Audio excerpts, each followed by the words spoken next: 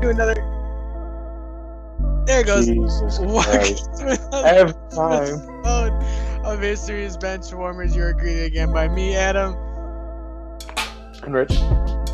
And today, we are not going to be continuing on our Middle Eastern podcast, but we are trying to make more of a differentiation on how we do things. So today's going to still be an interesting podcast, I think. But yeah, we're still gathering information about our subject about the Middle East, but we decided to still keep up to date with our podcast. So Yeah, just to give you guys some input on where we are planning the any series type podcast to be coming out on Wednesdays. Just to have some transparency on what to expect for you, the viewers. So Wednesdays, if you really like the series that we're coming out with, and as we continue to grow and expand as a podcast community, like you are also benchwarmers just like us. So yeah, once we expand, every Wednesday will be that series. So if you see podcasts coming out on days other than Wednesdays, generally they're going to be about different topics.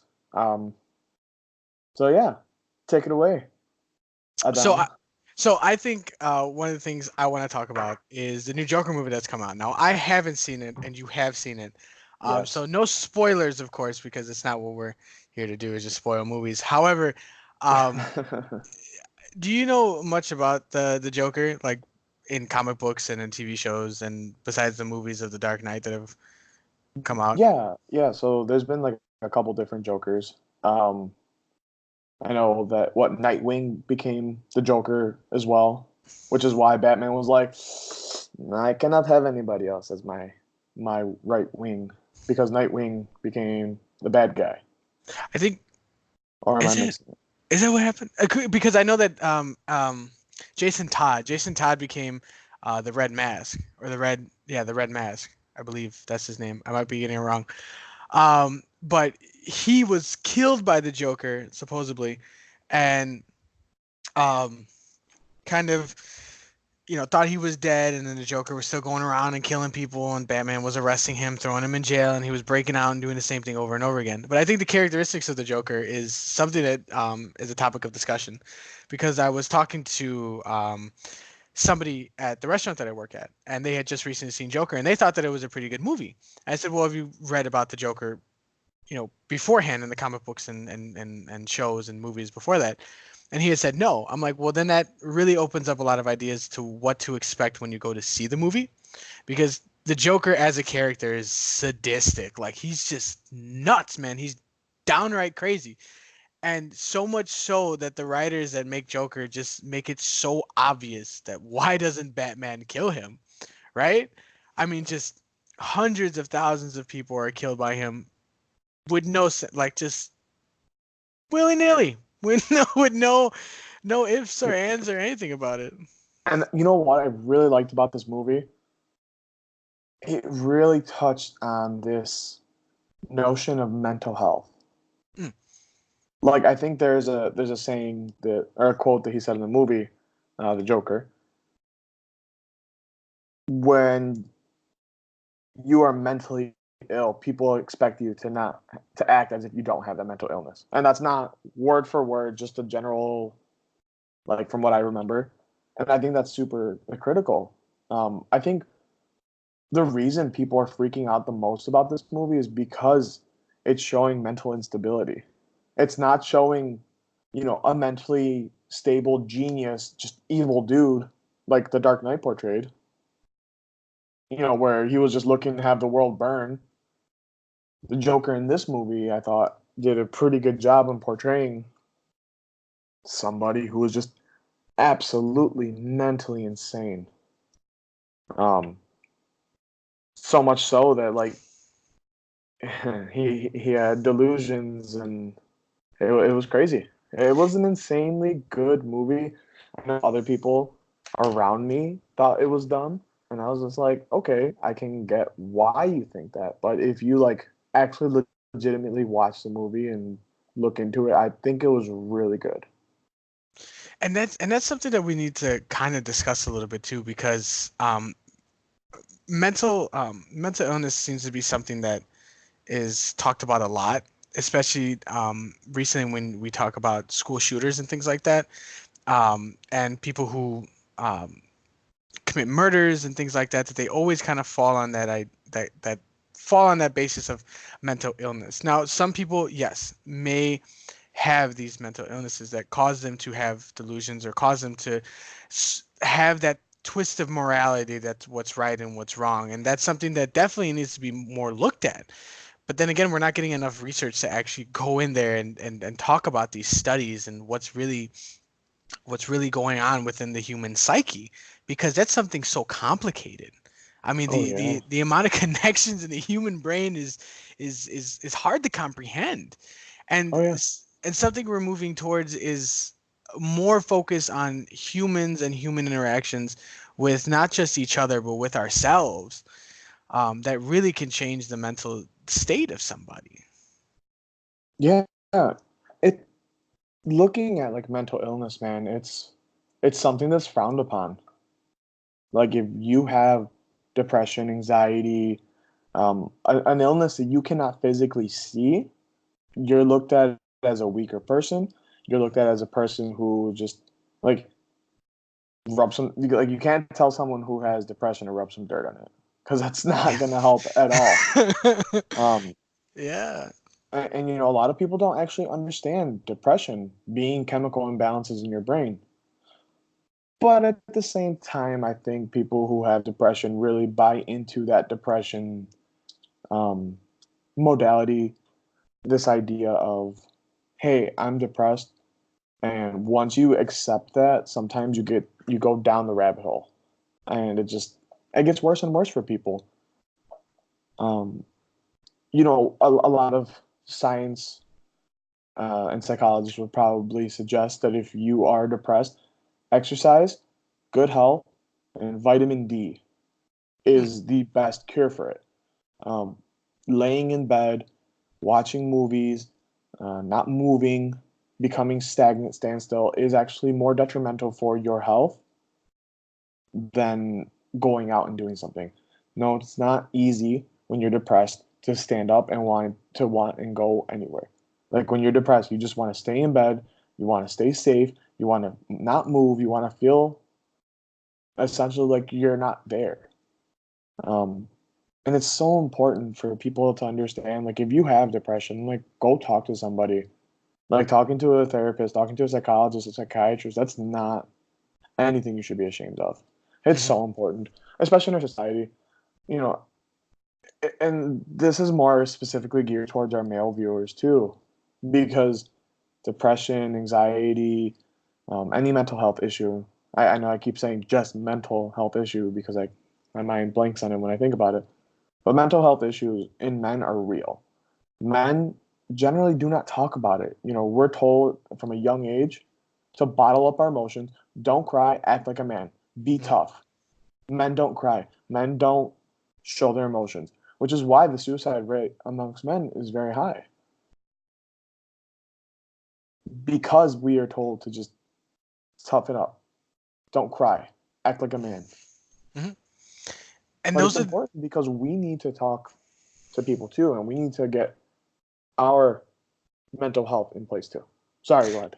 no, I completely agree with you, and that kind of goes into the notion of like um what are roles for men and what are roles for females. Now that's where like in today's culture, there's a lot of discussion about it. A lot of people don't like to talk about it.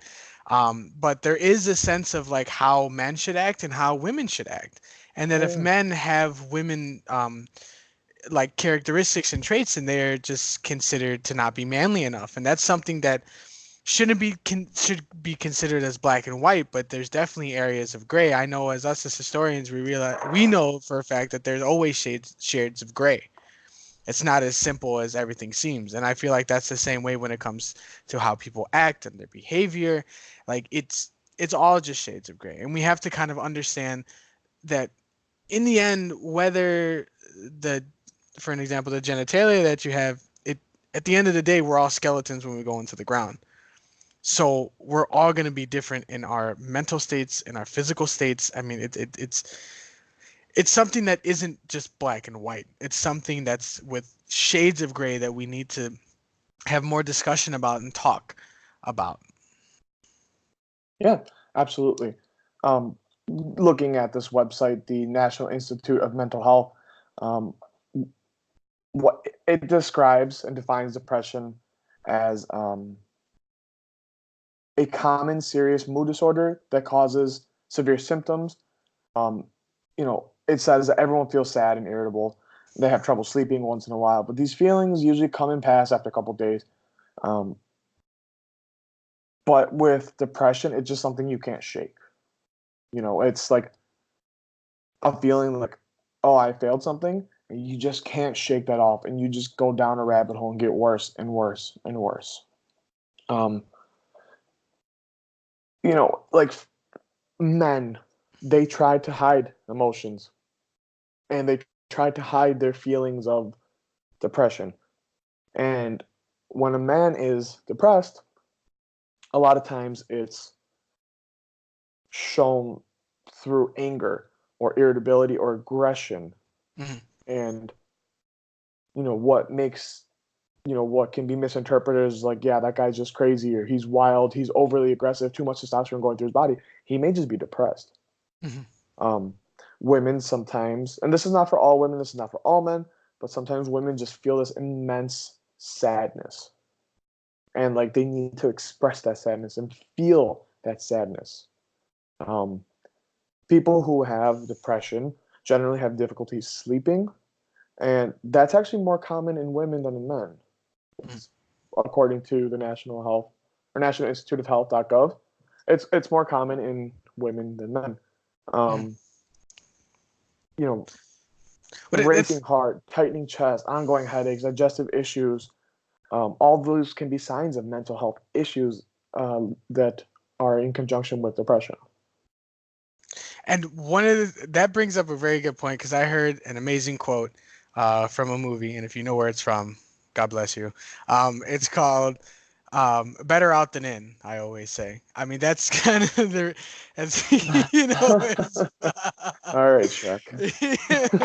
but like, I mean, just think about it for a second, right? If you bottle up emotions, it's really just gonna come to a boiling point.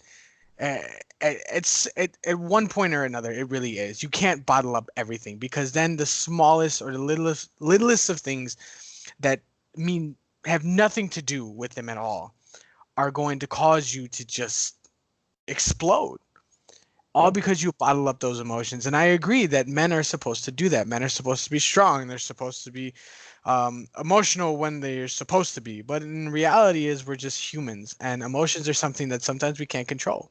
But we have to understand the reality of the situations that we're in. That yes, sometimes, and I felt that a lot of times, and not just my own personal life, but even in my teaching, where I felt like if I failed at one point, then the whole day shot. Everything is gone. I'm upset. I'm depressed. Like I'm depressed about it, and it just lingers on for past the class that I was in, and on to hours and hours where I just keep thinking about it and thinking about it, and it's true, and it's something that it's hard to shake. It really is. And what some people yeah, decide to do is they decide to suppress it. But when you suppress it, it just adds on to everything else. Like when I was younger, I was in a relationship and we never ever got to the root problem of what was wrong. But we just kept always putting more things on top of it until like every time that we would fight, we'd always get back to the very root problem that we never solved because we just keep putting dirt on top of it until we cover it up until eventually it comes and surfaces itself again. And that's the same thing with feelings, that it will eventually surface again if you don't solve the problem where it is. And that's why, people who have gone to school as like psychologists or counselors, like they try to get to the root problem or the root issue that people have, which caused them to have this, that causes them to have outbreaks in certain situations, and just to figure out where it's coming from. I mean, as historians, like we even know that looking at history, we can't just look at now. We have to look at the past to figure out where it started and where it happened. The catalyst that caused all of this, right? The exactly. social, political, or economic figures of it. But why not take that into understanding the problems and issues that people have today? it all roots somewhere. No one's just born depressed. Something happens, and that's the we just have to find where it starts and have a discussion about it. And sometimes it's hard. It really is. And I can't just say it's so easy to come out there and say what it's about and what it is, because it's not.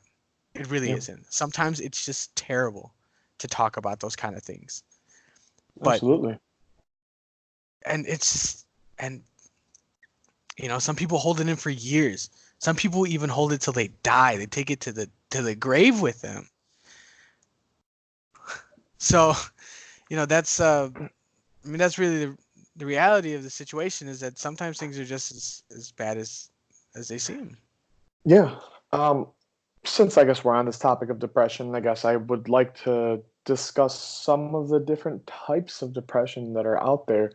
I'm sure some of our viewers may have felt depression in the past. I'm sure I know I have felt some depression in the past, and I know you have.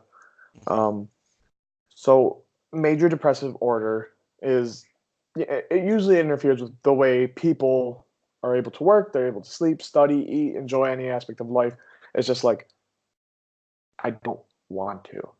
I become very heavy, I become down, I become just like leave me alone, I want to wallow. Um, and that's like the most common is just this major depressive order.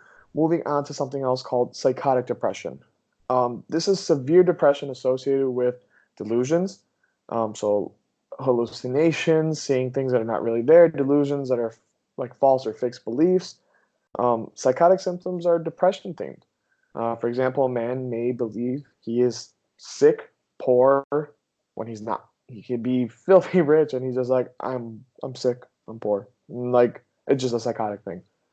Um, seasonal affective disorder. So like I know one thing that hits me sometimes is in the winter, so much less sunlight, and I end up feeling down.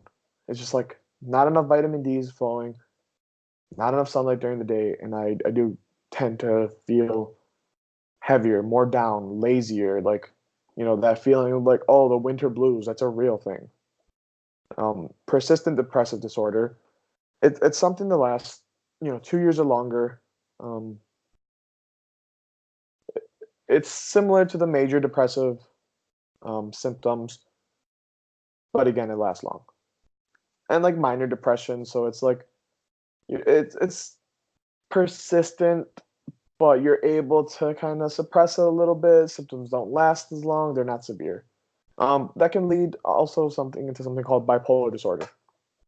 It's a different form of depression, um, most commonly known as mood swings.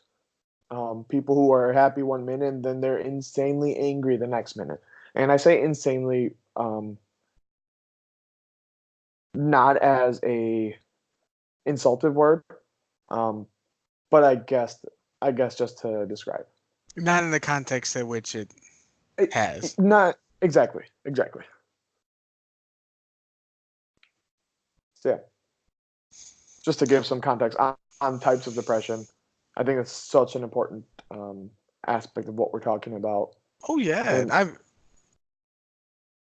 I mean, I think the weather definitely plays a role in how people feel. I mean, honestly, man, if I see it raining outside, I just want to sit inside with a nice blanket, maybe a movie or something. Like, just don't want to do much. And if I'm alone, then it kind of just like brings the sensation of just staying in and not doing much. And me being a winter baby, on the other hand, when I see snow, it's great. I love it, and it depends on yeah, I guess it depends on just who you are as a person. But also, I also hate it because if it snows too much, then it gets crazy. And then, as we know, people in Chicago, when it snows, they forget how to drive sometimes, and there's oh my accidents gosh. all over the place. I mean, man, Oh it's just any bit of water man, anywhere in the city of Chicago. It's awful. It's terrible. And people, for an example, like road rage. I have terrible road rage. It's appalling. oof, Like at big oof. sometimes I'll be driving to school. I'll be driving. I'll be driving to North Park, and sometimes, man, I'm just like, "You cut me off," and they're like, maybe 3 cars ahead of me, I'm like, how dare you? And I like speed up to them and like ride their ass the whole time. And then it's like, why am I afterwards? I'm like, why am I doing this? What kind of person am I? Like, why, who let me get this angry? The Why am worst I type of this person. angry? Right.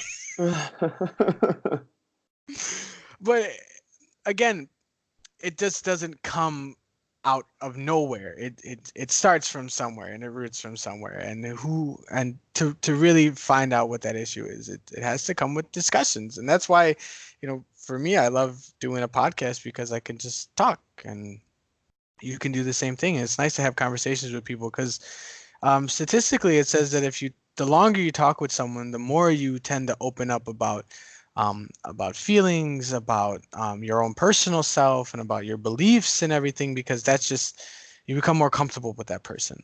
And that's something that a lot of people, I feel like, including myself, when I don't know somebody very well, I tend to hold myself back sometimes. But also sometimes I like to be goofy and just not really care about what people think. But again, it just depends on the kind of person you are, Yeah. right? I mean, someone you don't know, you don't want to give them you don't want to tell them everything because then you worry about what they think about you. And that's something that people also have to worry about is the Yeah. opinion of others. And I always tell people the opinion of others doesn't matter because what you think of yourself is the higher purpose of it all, right? If you feel like you can't contribute to society or you can't be part of it because of X, Y, and Z, then that's going to hold you back from being your higher self with others. So it, that's just kind of how I feel about it. Yeah. I completely agree with that. Um, the concept of like introverted people versus extroverted people. Um, I saw a post from like Psychology Today where they were talking about introverts and extroverts and how there are aspects of introverted, extroverted like people in like one or like let me rephrase all of that. A person may be introverted and extroverted at the same time. They may have more tendencies to lean one way or another way. Um, but yeah, and that's something that I find myself. Depending on the situation that I'm in, Mm, that introverted part of me comes out where it's just like, I'd rather sit back, I'd rather observe and listen to what people say. If someone wants to bring me in the conversation, cool, I'll come in. If not, I'm more than happy just physically, like the physical presence of being there around people, it's like, that's fine with me. Um, again, once you have some liquid encouragement, as in a couple cold beers. Um, once those start rolling in, that's when it's just like the extroverted part of me starts coming out, and I can talk to anybody, like anywhere, anytime, about anything. You know what I mean? So I guess it just depends. yeah, and I guess that's I guess again, as I've been saying a lot today, just the reality of the situation is who you are as a person and the situations that you find yourself in. Um, yeah, I mean, go a lot of different ways with this, and of course, being someone who doesn't, um, who can kind of manage, in a sense, of how they feel majority of the time. It's always nice to just like sit back and reflect on the day and how you've done, without the opinions of others. Because I mean, of course, it's always nice to hear from others how you've been, but also I think it's really strong to see how far you have come and to see where you've gone in your own life. Because I always tell people that's like I said earlier, it's you that matters. The opinion you have for yourself is the strongest of all the opinions. Now, of course, that's where ego comes in. But some people have such a low ego that they think so little of themselves that they're just a shadow in society. But that's also ego too. To think so lowly Really? of yourself is also an ego. Absolutely, Hmm. absolutely. So I guess it's finding that middle ground in between. Yeah, it's trying to push the ego aside because somebody with a big ego is somebody who thinks so highly of themselves. But if you have like, I guess the opposite word for big would be small, but it's a different spectrum. Like a line graph. You've got positive on one side, negative on the other side. And if you've got like a more of a negative tendency Like that's also your ego telling you that you are a lower person in society. Mhm. You don't belong. You're not important. So And that's ego, what man, I, it's such a yeah. powerful thing that many people don't talk about, don't realize. And I think ego could also play into depression. Oh yeah.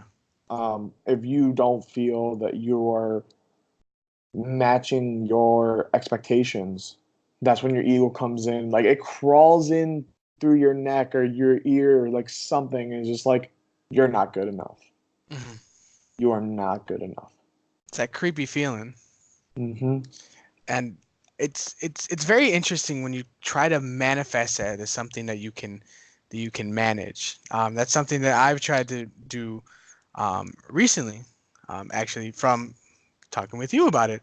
Um, just having something like being able to kind of manage those feelings and know when they come and to stop them from where they are is has been such a big benefit for me because I've always considered some like when there's low points in my life, I always like to call it the rut. That's the quote unquote the rut. And if I put myself, something could happen relationship wise, money wise, school wise, you name it, man. And it's just I always find myself in that rut because I let those feelings continue to creep and creep and creep until I find myself just thinking so lowly of myself, and my mental health deteriorates, my physical health deteriorates, and I'm just in that la la land of things, and I can't really get myself out. And that's when depression sets in. Yes. Yeah. So that's part of the reason that I have embraced um, a higher level of thinking. I guess you can call it spiritual. I've embraced meditation, positive affirmations, um, spiritual aspects of life that have kind of not taken ego out of it, but trying to put ego to the side and look for something bigger than myself to put my worries in, put my stresses in. That's why religion is so prominent for people. Um, it's also why I go to the gym, so I try not to feel depressed. That's why I am happy that I'm a teacher because I'm able to feel like I'm doing something more than myself. Like the type of person that I am, I just need to constantly be serving people. And I don't mean like a server, I don't mean like a servant, but like I need to help others. I feel like that's been my calling my entire life is to help people, to teach them things, to help them learn, to help them come to these like aha moments, which is why I teach. And I guess it's why I want to do the podcast too, because I want people to learn things. I want them to, again, these are my wants, not expectations. These are wants and expectations. Mm. I expect that people are going to be learning things from our podcast, like this informative podcast tonight. I think the most significant point of this, starting off with the Joker, right, but going into something more significant like mental health, which in the description box below, I will be linking the National Institute of Health page for depression in the description box below. So click on that if you feel like you want to learn a little bit more about depression. Mhm. So yeah, man. But things that you can do for yourself, significant things to help if you're depressed. Meditate, man. Meditate. There's so many guided meditations on YouTube. There's so many people on YouTube who talk about meditations. There's people who make livings off helping you meditate. It's so important that you try to find an aspect of yourself that you can grab onto and pull. Like when you're feeling low, you pull yourself out with that one aspect. Mm. And through meditation and positive affirmations, like it really does help. It really Yeah. does. Yeah, and I totally agree with that. I know for a while, um, that's what I found myself probably after high school, like after freshman year of college. I found myself in like my first set of ruts, and that's when I ended up, um, once I had turned 21, I found myself drinking a lot. And I didn't go to the gym a lot, and just being alone and sad. But then I ended up finding a higher purpose in my life. And that's when I really started to take teaching as something that is more than just more just of me, more than just like me in a school, but me making a difference within that school and for Yeah. those students there. And just finding that higher purpose for yourself, because at the moment things may suck and things will suck, and that's like, as I've said a lot tonight, it's the reality of the situation. um, Mhm. but things do get better, and you just have to keep fighting, and you have to find that something that you can pull that'll help you get out of that rut that you find yourself in. Yeah, absolutely. And if you need someone to talk to, shoot us a message. Oh We're yeah. pretty active responding. So Mm, um, I think that's it for tonight. I think we hit that 30-minute mark, yep. and I think we're gonna call it for the podcast for the evening. So Yeah. So we'll see you guys probably tomorrow when we're going to be continuing part 2 of our Middle East series. all right, Catch you. catch you on the flippy flop.